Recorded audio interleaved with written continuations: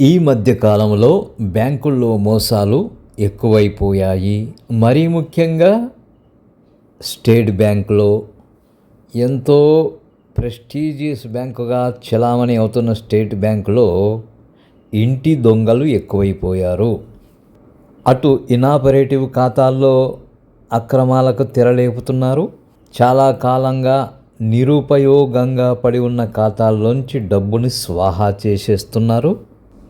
నకిలీ లోను ఖాతాలు సృష్టించి డబ్బును దోచేస్తున్నారు. ఇక్కడ 60 మంది పేరట 1,50,000 చొప్పున కొట్టేశారు. ఇంకా కొంతమంది సైబర్ నేరగాళ్లతో కుమ్మక్కయ్యి మ్యూల్ అకౌంట్లు ఓపెన్ చేయడం, తమ ఖాతాదారుల వివరాలు అందించి కమిషన్లు కొట్టేయడం, ఈ విధంగా బ్యాంకింగ్ వ్యవస్థనే భ్రష్టు పట్టిస్తున్నారు.